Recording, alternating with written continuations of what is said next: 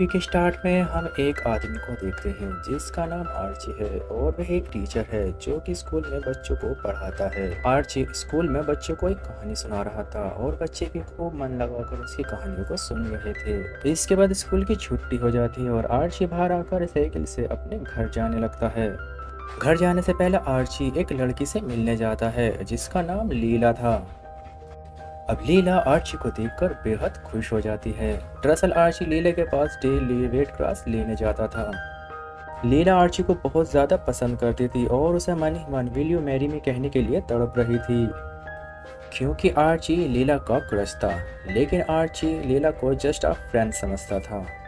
लीला ने अपना और आर्ची का एक गंदा स्केच भी बनाया हुआ था जिसमें लीला आर्ची का नूनू पकड़कर हिला रही थी। अब इसके बाद आर्ची अपने घर पहुंच जाता है जहां पर उसकी बूढ़ी मकान मालकिन अपनी व्हीलचेयर पर बैठी हुई होती है। अब इसके बाद आर्ची अपने रूम में जाकर उस रेड क्रॉस को एक पॉट में डाल देता है। दरअसल आर्ची उस रेड क्रॉस का प्रयोग करके एक कार का इंजन बना रहा होता है। आर्ची एक ऐसा इंजन बना रहा है जो बिना गैस और पेट्रोल के चल सके। अगले दिन आर्ची अपना डेली रूटीन फॉलो करता है और वे स्कूल में बच्चों को पढ़ाने के बाद लीला के पास जाता है।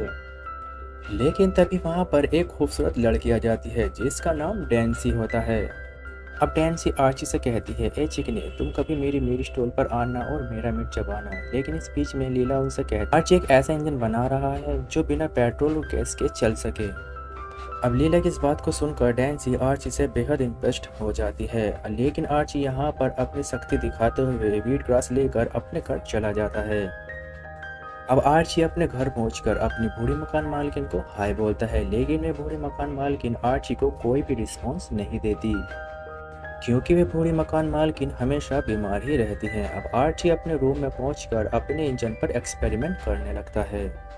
अब एक्सपेरिमेंट करते करते आर्ची को बहुत ज़्यादा थकान महसूस होने लगी थी, तो वह एक बियर लेता है और वे बियर पीते पीते अपने काम को भी करता रहता है।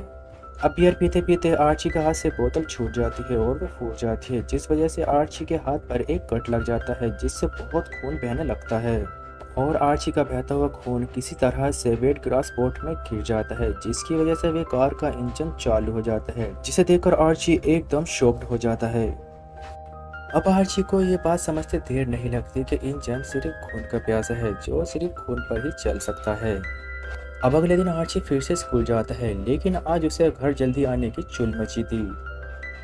अब जैसे ही स्कूल की छुट्टी होती है तो आर्ची बहुत तेज भागकर लीला के पास जाता है और बहुत सारे व्हीट ग्रास लेकर अपने घर चला जाता है। अब वो अपने घर आता है और अपने घर आने के बाद वो अपनी बॉडी के शोल्डर पर एक बड़ा सा कट मारकर अपना बहुत सारा खून निकालकर व्हीट ग्रास के अंदर डाल देता है।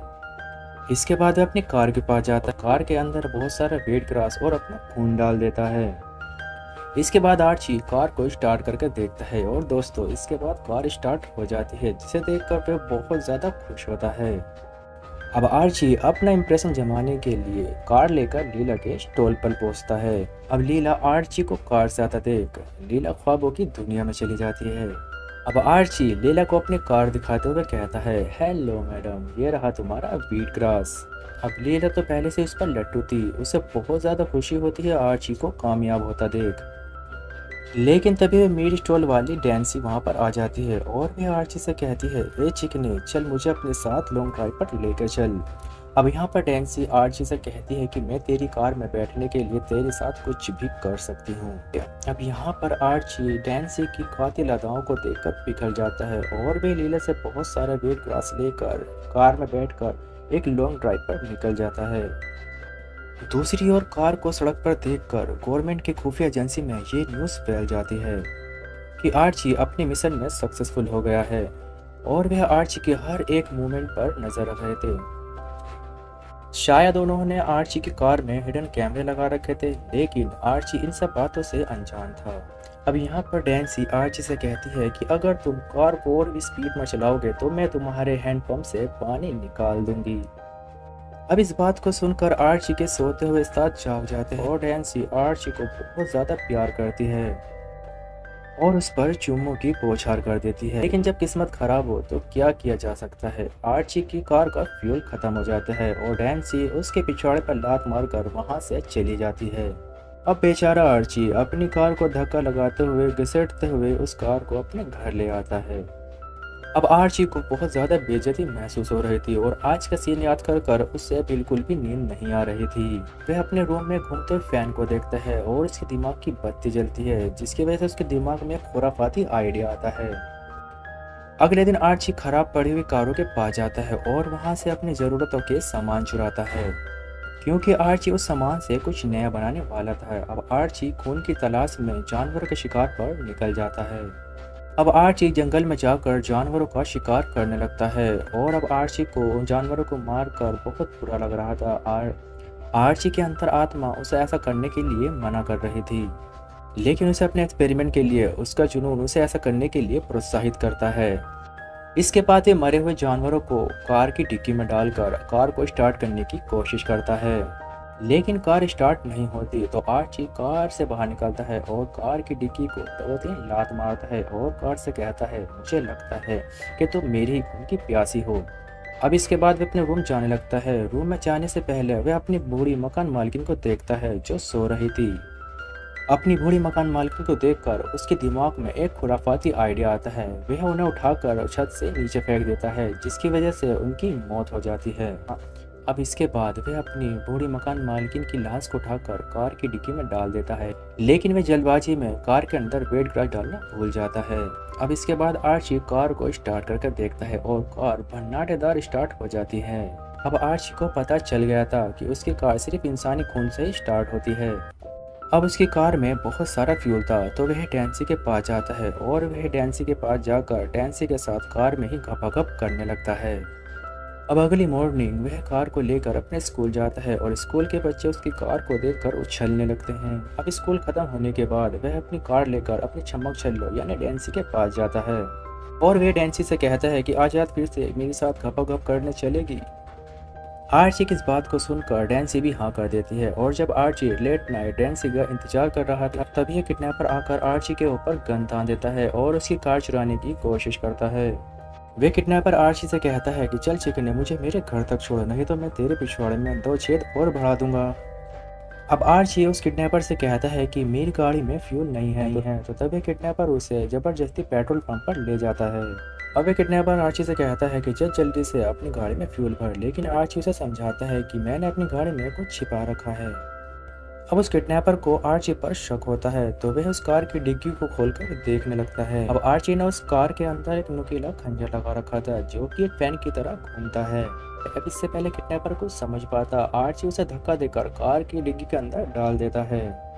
अब वह किडनैपर कार की डिग्गी के अंदर से बहुत तेज चिल्लाता है और गुस्से में आकर गोली भी चला देता है, जिसकी वजह से कार की डिग्गी में एक छेद हो जाता है। अब गोली की आवाज़ सुनकर पेट्रोल पंप का एक वर्कर उसे चेक करने के लिए आता है। अब जैसे ही वह वर्कर गाड़ी के पास चेक करने के लिए आता है, तो आर्ची जल्दबाजी में कार स्टार्ट कर देता है। डिग्गी में छेद होने की वजह से उससे बहुत ज़्यादा ब्लड निकलता है जो पेट्रोल पंप के वर्कर पर गिर जाता है। ऐसे वह वर्कर पूरी तरह से खून में नहा लेता है। अब आर्ची बाहर आकर उससे माफ़ी मांगता है, लेकिन वह वर्कर नहीं मानता, तो वह आर्ची से कहता है कि मुझे कार की डिग्गी खोल कर दिखाओ। और जैसे ही आर्ची कार की डिग्गी खोलता है, तो वह देखता है कि एक बहुत ही ज़्यादा नुकीला खंजर कार की डिग्गी में लगा हुआ है। और तभी आर्ची पीछे से आकर उस वर्कर को भी कार की डिग्गी के अंदर डाल देता है और आर्ची जहाँ से खून बह रहा था उस छेद को रुमाल से बंद कर देता है। वहीं गवर्नमेंट के खुफिया एजेंट आर्ची की हर एक मूवमेंट पर नज़र रखे हुए थे। आर्ची अपनी चमक छल्लो यानी डैन्सी को लेकर एक रेस्टोरेंट में पहुंचता है। इसके बाद वे दोनों मैन टॉयलेट में जाकर जबरदस्त कांटे का आनंद लेते हैं। अगले दिन आर्ची की कार का फ्यूल खत्म हो जाता है और वह एक पार्क में आकर रुक जाती है। वहीं पर एक आदमी व्हील चेयर पर घूम रहा था। तब आर्ची उसे जाकर कहता है कि मैं आपको अपनी कार से घर तक छोड़ दूं। अब आर्ची उस आदमी को अपनी जार में फंसाकर उसे अपनी कार तक लाता है और उसे उठाकर अपनी कार की डिग्गी में डाल देता है। इसके बाद आर्ची अपनी कार स्टार्ट करके वहां से चला जाता है। अब आर्ची की कार में काफ़ी सारा फ्यूल था। अब आर्ची के इस कांड को गवर्नमेंट के एजेंट दूर से दूरबीन लगाकर देख रहे थे। अब आर्ची की कार में जैसे ही फ्यूल खत्म होता, तो वह अपनी शिकार के लिए निकल पड़ता था। अब आर्ची को जो भी मिलता वह उसे लिफ्ट देता और मौका मिलते ही कार की डिग्गी के अंदर डाल देता था।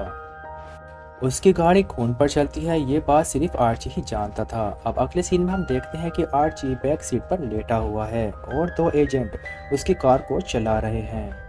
और जब आर्ची को होश आता है तो वह देखता है कि वह दोनों एजेंट उसे कहीं ले जा रहे हैं। तो आर्ची उनसे फाइट करता है और उनमें से एक एजेंट को चलते गाड़ी से नीचे गिरा देता है। एजेंट अपने साथी को घिसटा कर कार की डिग्गी में डालने लगता है। तभी आर्ची कार का इंजन स्टार्ट कर देता है और उस एजेंट की बॉडी टुकड़ों में कट जाती है। अब डिग्गी खुली होने के कारण उस एजेंट का खून दूसरे एजेंट पर गिर रहा था। अब आर्ची दूसरे एजेंट को भी अपनी कार से कुचल देता है और उस एजेंट को अपनी डिग्गी में डाल देता है। यह अब आर्च की कार में बहुत ज़्यादा फ्यूल था तो उसे डैन्सी की याद आती है, तो वह कार से अपनी डैन्सी के पास जाता है और वह वहां जाकर देखता है कि मेरी स्टॉल बंद है। तब उसे लीला बताती है कि आज डैन्सी नहीं आएगी। इसके बाद लीला आर्ची से पूछती है कि तुम अब वीट ग्रास लेने क्यों नहीं आते, तुम्हारी कार वीट ग्रास से चलती है ना। लेकिन आर्ची उसकी बात को टालकर उसे लॉन्ग ड्राइव पर चलने के लिए पूछता है। अब आर्ची लीला को लंच कराने के लिए अपने घर ले आता है और उसे पूरा घर दिखाता है। लेकिन अब लीला की दबी हुई चिंगारी शोला बन गई थी। तब वह मौके का फायदा उठाकर आर्ची को बेड पर लिटा देती है और उसके घोड़े की सवारी करने लगती है। अब अपनी संतुष्टि के बाद लीला वॉशरूम में नहाने के लिए जाती है और तभी आर्ची बाहर आकर देखता है तो उसकी कार गायब थी, क्योंकि दो नए एजेंट उसकी कार को चुरा कर ले गए थे। अब आर्ची साइकिल से उन दोनों एजेंट का पीछा करता है, लेकिन रास्ते में कार का फ्यूल खत्म हो जाता है।